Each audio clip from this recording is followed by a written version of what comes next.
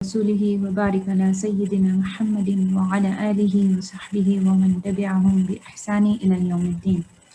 فأما بعد فأعوذ بالله من الشيطان الرجيم. بسم الله الرحمن الرحيم. رب اشرح لي صدري ويسر لي أمري واحلل عقدة من لساني يفقه قولي رب زدنا علما اللهم فقهنا في الدين رب يسر ولا تؤسر وتمم بالخير اللهم صل على محمد وعلى آل محمد. السلام علیکم ورحمۃ اللہ وبرکاتہ.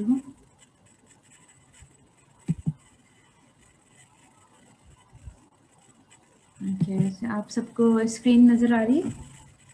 آپ سب دیکھ سکتے ہیں؟ اوکے الحمد للہ. اوکے تھوڑا سا ریویژن کریں گے. ہم نے لاسٹ ٹائم پڑھا تھا کہ حمزۃ الوصل کو ہم اسم کے ساتھ کیسے پڑھتے ہیں. ٹھیک ہے، کیسے پڑھتے ہیں اسم کے ساتھ؟ کیسے پتہ چلتا ہے کہ وہ اسم ہے؟ دو چیزوں سے پتہ چلتا ہے، رائٹ. یا تو اس کے اوپر تنوین ہوتی ہے، دو زبر دو زیر یا دو پیش، یا پھر وہ ال ہوتا ہے اس کے ساتھ، رائٹ. یہ دو نشانیاں ہیں. اوکے یاد ہے آپ سب لوگوں کو؟ تھوڑا سا کچھ یاد ہے جب لاسٹ ٹائم پڑھا تھا؟ لاسٹ ٹائم ہم نے کیا پڑھا تھا کہ اسم کی دو نشانیاں ہوتی ہیں. ٹھیک ہے، ایک تو اس کے اوپر تنوین ہوتی ہے، ٹھیک ہے، یا پھر وہ ال سے شروع ہوتا ہے. اور جو ال ہوتا ہے اس میں وہ حمزۃ الوصل ہوتا ہے. ٹھیک ہے، یا لیٹ می سی کسی کو یاد ہے؟ اسم ہے نا، اسم معرفہ، اسم نکرہ. یس بالکل صحیح. تو اسم معرفہ اس میں سے کون سا ہوتا ہے؟ ان دونوں میں سے جو میں نے ابھی اس پہ بنایا ہے، اس میں معرفہ کون سا ہے اور نکرہ کون سا ہے؟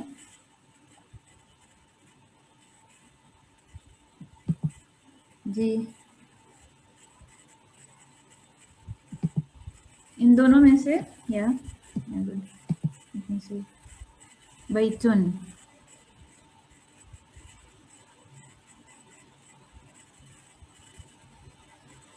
اسم پہ اوکے تھوڑا لگ رہا ہے کہ نکرہ تھوڑا مکس اپ ہو رہا ہے، مجھے لگ رہا ہے. البیت ثنا.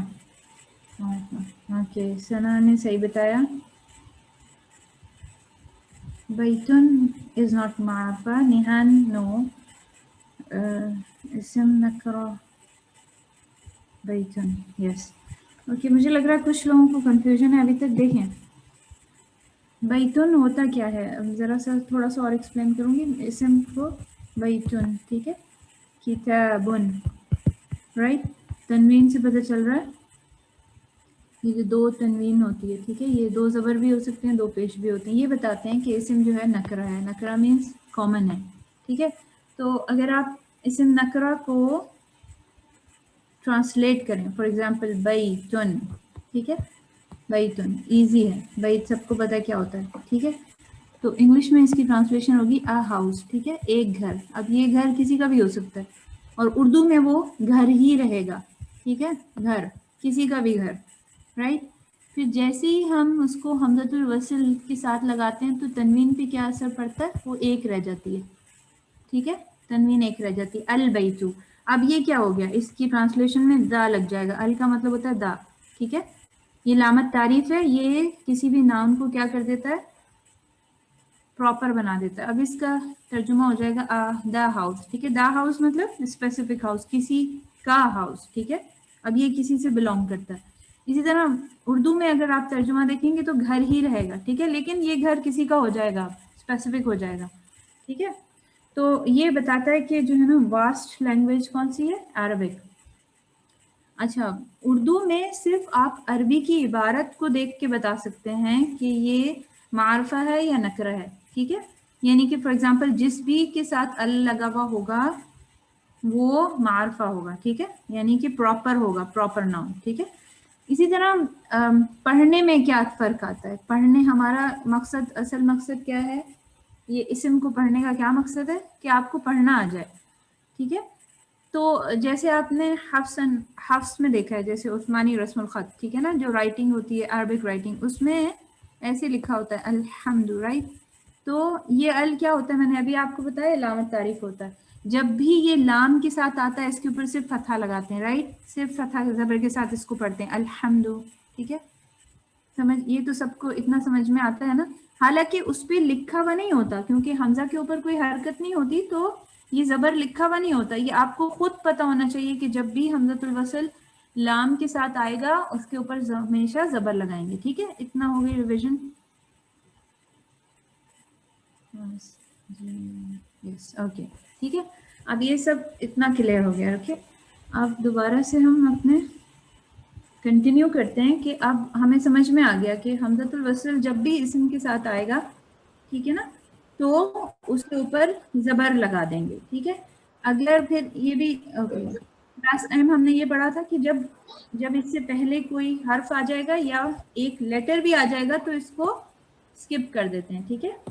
یہ بھی آپ لوگوں کو سمجھ میں آ گئی ہوگی. آج ہم پڑھیں گے حمزۃ الوصل جب فعل کے ساتھ آتا ہے. تو اب اس کی تھوڑی سی آپ کو بتا دوں کہ فعل میں ال ہو نہیں سکتا، ٹھیک ہے؟ کیوں نہیں ہو سکتا؟ فعل در ایکشن، ٹھیک ہے؟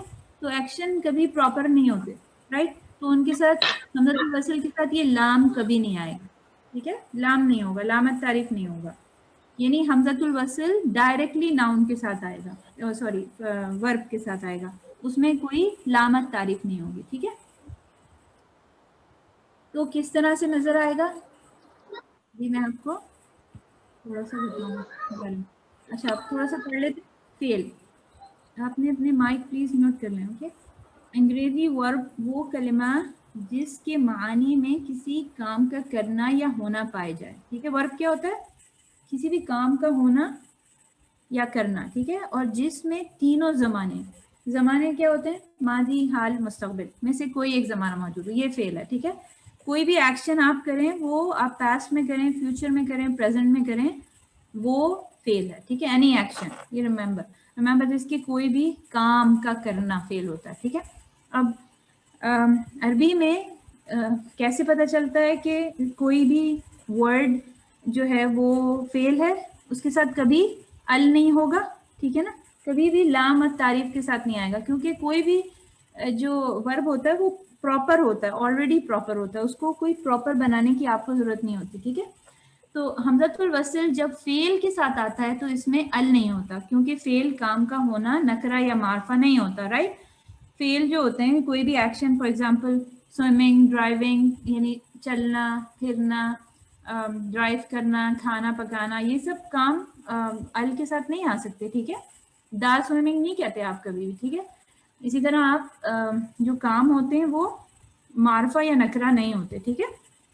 اوکے، حمزۃ الوصل کو فعل کے ساتھ کیسے پڑھتے ہیں، یہ ہمارا اصل مقصد ہے، ٹھیک ہے؟ ہم اصل مقصد کیا ہے کہ حمزۃ الوصل جب فعل کے ساتھ آ جائے، وربس کے ساتھ آ جائے، تو اس کو پڑھنا کیسے ہے، رائٹ؟ اوکے، حمزۃ الوصل فعل کے آغاز میں آتا ہے، مثال ادخلوا، ٹھیک ہے؟ اب یہ اس میں دیکھیں کہ میں نے تھوڑا سا بڑا کر کے تھوڑا الگ الگ کر کے لکھا ہے. اگر دیکھیں اس میں حمزۃ الوصل ہے اور اس کے ساتھ ورڈ لکھا ہوا ہے، ٹھیک ہے نا؟ اور آپ ہمیشہ دیکھیں گے کہ جب یہ ورڈ کے ساتھ آتا ہے تو سیکنڈ والے ورڈ پہ ہمیشہ سکون آ جاتا ہے، یعنی جزم آ جاتا ہے، ٹھیک ہے؟ اور ابھی بھی اس پہ کوئی حرکت نہیں ہے، ٹھیک ہے؟ اصل میں یہ ورڈ کیا تھا؟ ہم نے کہا نا کہ حمزۃ الوصل کیوں ہوتا ہے؟ تاکہ یہ ہمیں ساکن کو پڑھنے میں مدد دے. دخلوا، ٹھیک ہے؟ ایکچوئل ورڈ تھا دخلوا. حمزۃ الوصل کی ہمیں کیوں ضرورت پڑی؟ تاکہ ہم اس میں ورب کی فارمز لگانے کے لیے، ٹھیک ہے؟ یعنی فارم ہوتی ہے نا پریزنٹ اور یعنی پاسٹ اور ماضی. اتنی عربک آپ کو جاننے کی ضرورت نہیں. آپ یہ دیکھیں کہ اسے پڑھنا کیسے، ٹھیک ہے؟ اب جب یہ شروع میں آ گیا، اس کے اوپر کوئی حرکت نہیں ہے، ہمیں پتہ ہے کہ یہ فتحہ لے لیتا ہے. کب لے لیتا ہے یہ فتحہ؟ جب یہ لامت تعریف کے ساتھ آتا ہے، یعنی اسم میں ہمیشہ اس کے اوپر فتحہ ہوتا ہے. اب یہ فارم دیکھ رہے ہیں آپ، یہ فارم ہے، یعنی یہ وربز ہیں جن کے اوپر کوئی لام نہیں ہے، ٹھیک ہے؟ یہ نارمل حمزۃ الوصل کے ساتھ ہے اور ان کے ساتھ کوئی لام نہیں ہے، ٹھیک ہے؟ تو آپ کو فوراً پتہ چل جائے گا